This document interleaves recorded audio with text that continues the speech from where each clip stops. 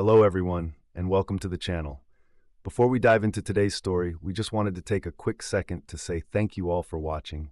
We truly appreciate your support. If you're new here, please consider subscribing. It's totally free, and hit the notification bell so you never miss out on our latest stories. Now, with all that said, let's jump straight into the story. Let us know what part of the world you are listening from in the comment section below. Turn out the lights and let's start. The fluorescent lights of the Ashwood train station hummed a monotonous tune, a counterpoint to the rhythmic clatter of the occasional late-night train.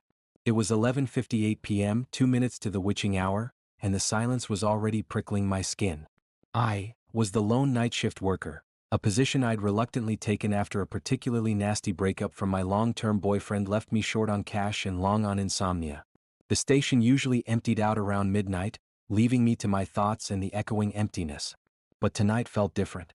Something that I could not explain, but I just knew it felt off. The 12:03 a.m. express pulled in, its arrival announced not by the usual screech of brakes, but by a low, guttural groan that seemed to emanate from the train itself. The passengers disembarked slowly, their movements stiff, almost unnatural.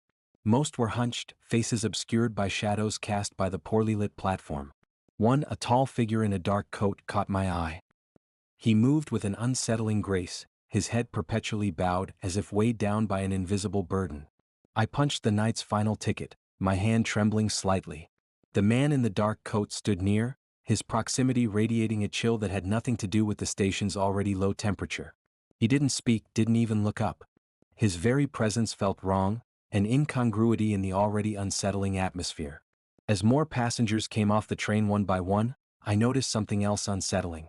Several exhibited an unnatural pallor, their skin almost translucent under the harsh fluorescent lights. Their eyes were vacant, the whites distinctly yellowed. One woman clutched a bouquet of withered lilies, their petals brittle and brown. It was then that the horrifying thought struck me: they weren't entirely alive. Or perhaps they were something else entirely. My heart hammered against my ribs. I wanted to scream, to run, but fear kept me rooted to the spot. The station master, a gruff old man named Silas, had warned me about the odd occurrences after midnight, whispers of spectral passengers and ghostly echoes, but I had dismissed them as old wives' tales. Now, surrounded by these unsettling figures, I wished I had taken his warnings more seriously.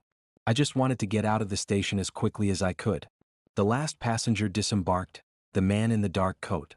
He paused, his head still bowed, and I felt an icy tendril of fear snake up my spine. He looked up. His face was obscured by shadow, but I could feel his gaze, a cold, penetrating stare that seemed to see right through me. Then he turned and started walking away, melting into the darkness of the night. I quickly locked the station doors, the metallic click echoing in the unnerving stillness. I rushed through my closing checklist, my hands shaking so violently that I nearly dropped the keys. The image of the man in the dark coat haunted me, a dark stain on the periphery of my vision.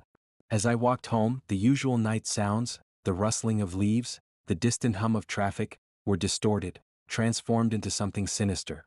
I felt watched, pursued by an unseen presence. The streetlights flickered intermittently, casting long, dancing shadows that seemed to shift and writhe. My breath hitched in my throat, my pace quickening with each step. Reaching my apartment building, I fumbled with my keys, my hands slick with sweat. As I stepped inside, the feeling of being watched intensified. I could feel a presence behind me, the weight of it suffocating. I spun around, my heart leaping into my throat, but there was nothing there. I locked the door, but the unsettling feeling persisted.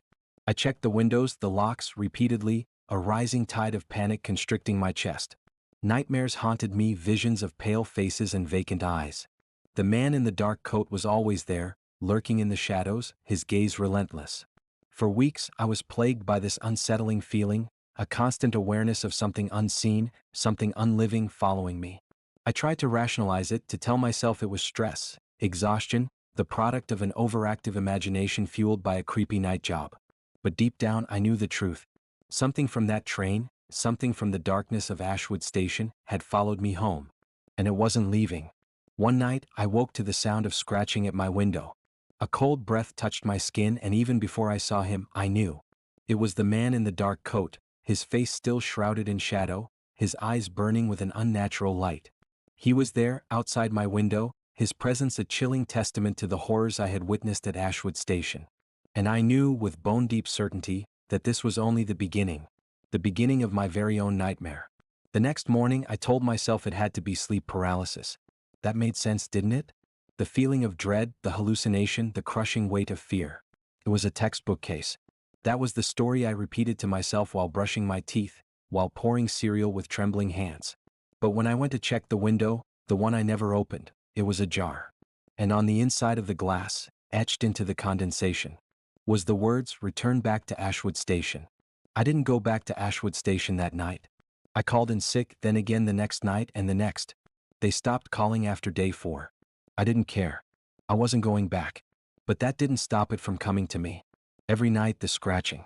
Every night the whispers, low, unintelligible, like dozens of voices humming just beneath the threshold of comprehension.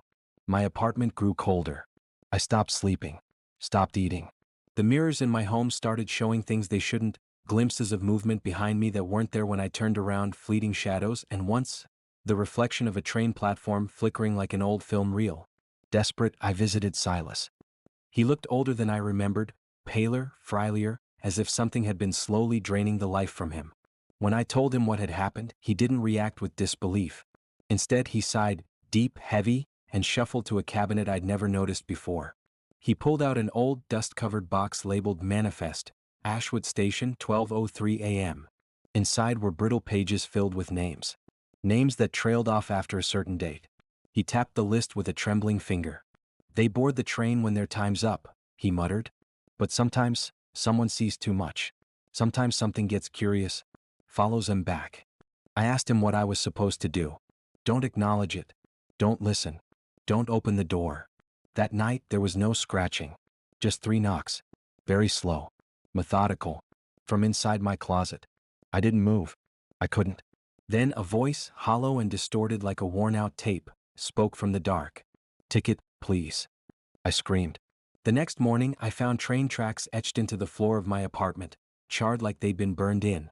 A small paper stub lay near my bed. Ashwood Station, Platform 3, departure, 12:03 a.m., passenger Kelly Eastwood. I froze on the spot. Kelly Eastwood was me. I don't remember falling asleep that night, but I remember waking up. I was standing on the tracks. Ashwood loomed in front of me, darker than before, its lights flickering like dying stars. The 12:03 was already pulling in, the air thick with sulfur and smoke. Its windows were black. Its doors already open. The man in the dark coat stepped off as if to greet me. His shadow spilled unnaturally across the platform, stretching toward me like a hand. I ran. I ran harder than I ever had, the shriek of the train always behind me rising in unnatural, deafening pitch. I ran until the station vanished behind me. But I didn't escape. Because now, wherever I go, new city, new apartment. It finds me. I wake to train horns at midnight. I find ashes in my shoes. And always that ticket. I haven't used it. Not yet. But it's only a matter of time. Because you can't cheat the conductor forever. He will get you in the end. Ready for spine-chilling tales that will haunt your thoughts? Subscribe to Forgotten Storyteller for eerie narrations, unsettling mysteries, and haunting stories you won't forget. Hit the bell icon so you never miss a story, because some stories refuse to stay buried. Join us, if you dare,